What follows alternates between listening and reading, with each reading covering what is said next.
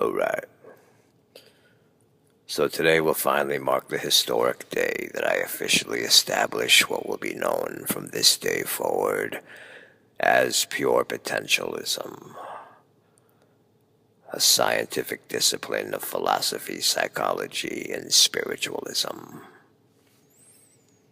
This current exposition will serve as an introduction to the philosophy and will expound upon the root core principle at the heart of its wisdom.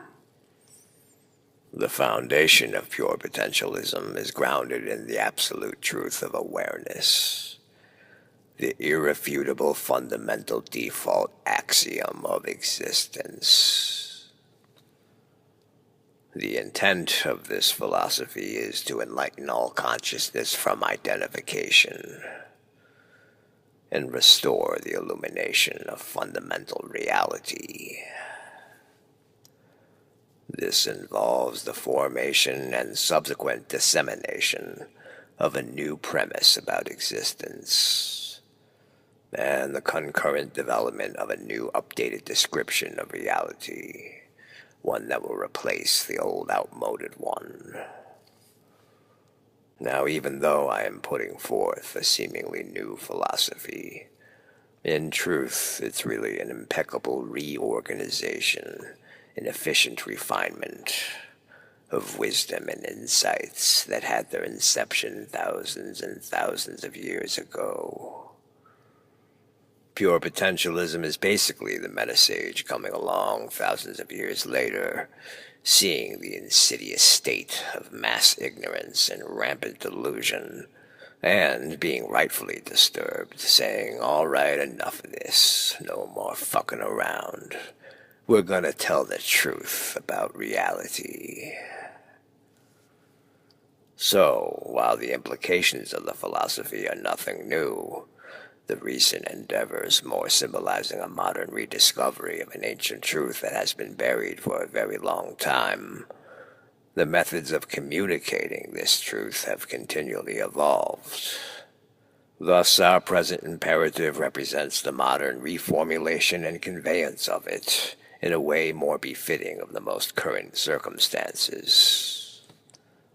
Indeed, it can be said that pure potentialism is an upgrade and repackaging of a perennial truth. Maybe even an eternal, infinite truth, if those ideas make you feel more at ease. Presented in a contemporary format, restructured in a clear, concise, comprehensive system of pragmatic methodology. Now, this is where some of you might start to wonder if this pure potentialism is just another religion. But rest assured, this couldn't be further from the truth. And I know that many of you are in want to seek proof of enlightenment. For if it is said that one can only experience enlightenment and cannot demonstrate it to another, then this must mean the experience is just like every other religion that can't demonstrate its validity, right? Only enlightenment isn't an experience of an ego. Enlightenment is the liberation from the identification as an ego. Unlike religious claims that are calls for ritualistic belief and obedience to a mythology, pure potentialism is an existential application that draws the focus of attention to the source of attention itself, that which is already self-evident and empirically founded, based on its very configuration. So one has to ask, how would such an illumination look to an observer? Can clarity of mind be demonstrated? I don't know. Can lucid dreaming be demonstrated? What about déjà vu? Can that be demonstrated? Can perhaps a near-death experience be demonstrated without one actually having to be near death to, sort of test it out and see if it works for you? All Well, that would be nice, wouldn't it? But unfortunately, only the most gross, mundane aspects of mental phenomena, aka physics, can be demonstrated in visual displays to the sensory perception. Higher states of mind require one to master the mind to realize them. And no one can do that for you. Yet, while enlightenment isn't something that can be handed to you on a silver platter, a mastery of mind can nevertheless be demonstrated in more subtle ways, as the very life of an accomplished master of awareness itself is the living example of it, as the unmistakable inner peace and mindfulness of such a sage are the living embodiments of it. So this is all about just allowing oneself to come to recognize awareness as the fundamental reality, something that is aware of one's experience of it every single day, something that is always already the case prior to one's intellectual interference, yet is always consistently overlooked. Herein is the problem. Do I need to demonstrate awareness to you? Well, that would depend. Are you saying that you are devoid of awareness and therefore need me to prove it to you? Because if you are devoid of awareness, then you are a zombie, which means you have no agency to receive such proof. Unless, of course, you are not a zombie and are a source of agency, in which case, a first good step is to stop overlooking your own awareness and attributing the responsibility for the source of reality to external factors.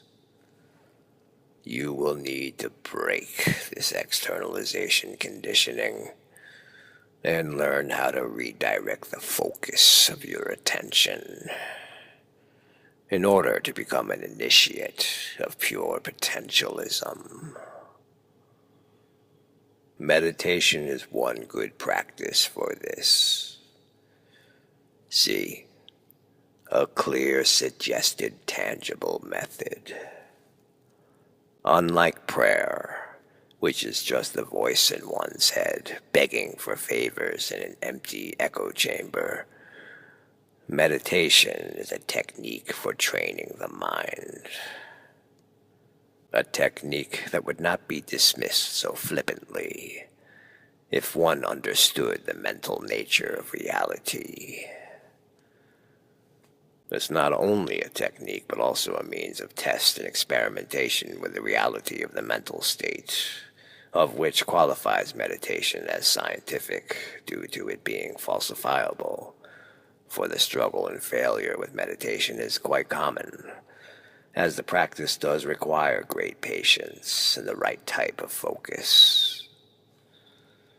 If you've not had much success with meditation thus far, this simply means that you've not gone deep enough, or are still caught up in the tangles of the thinking mind, and have not yet achieved the required distance from your identification with this function. You can either use this difficulty as an excuse to give up on your efforts, or have more patience and the discipline in your applied applications.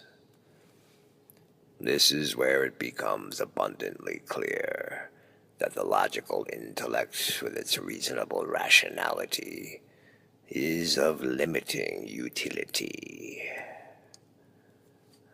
So if you are conflating the discipline of mastering the mind to a religion, you are just using this intellectual dismissal as a justification for your mental laziness.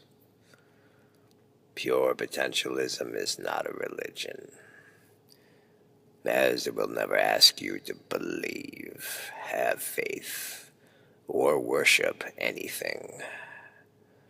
It will never encourage you to blindly accept the assertions of anything, whether it be the authority of a spiritual dogma, the pressures of a cultural tradition, or the demands of a moral ideology, and to lay the actual truth of any of them to bear. In this way, pure potentialism is a philosophy that fosters the right conditions for a true scientific process. A first-hand method of procedural inquiry consisting in systematic observation, measurement, and experimentation, investigated in accord with the absolute truth of awareness, rather than in conjunction with proposed abstract assumptions made on the limited basis of what is perceived with the senses as external evidence as the starting point for investigation. This misconstruction should be understood, for it is the core of all misunderstandings. To employ hypothesis, that is, a proposition made as a basis for reasoning without any assumption for its truth, is basically to advance a formula of ignoring the truth and instead assuming an intellectual concept to be the truth. What kind of truth within this intellectual concept can be established? At what point did it become common practice to take agency for granted? What kind of mathematical masturbation justifies this kind of flagrant disregard for that which gives context to anything that can be regarded? Just because it's obvious doesn't mean it should be overlooked. For while obvious, it still represents the frontier of exploration into the mysteries of existence. One must question that which is doing the questioning before one moves on to question anything beyond that which is questioning the questioning. And of course, to this the petulant grasshoppers will reply, of course we can overlook awareness, as awareness is just this or just that. It's just a side effect of some aspect of information attained through my sensory perception, despite being that which gives all context to sensory perception. Oh yes, of course. This is the perpetual fixation of the externalization conditioning, the constant desire to allocate power and responsibility elsewhere, to factors imagined to be separated from awareness. To be honest, it's a dereliction of duty. To always try and minimize the significance of the fundamental truth down to a mundane triviality by way of material reductionism or authoritative disambiguation of the intellect are the negligent workings of a lackadaisical philosopher. If we come to understand that awareness is the default axiom, then it becomes quite clear that science, that is, the investigation into the physical phenomena perceived through the sensory data, is but a minor branch of a greater philosophy. In fact, science could be more accurately described as a philosophical application, as it indeed represents the implementation of applied philosophy. A philosophical foundation that has its context defined within awareness. This is the spirit of the philosophy of pure potentialism.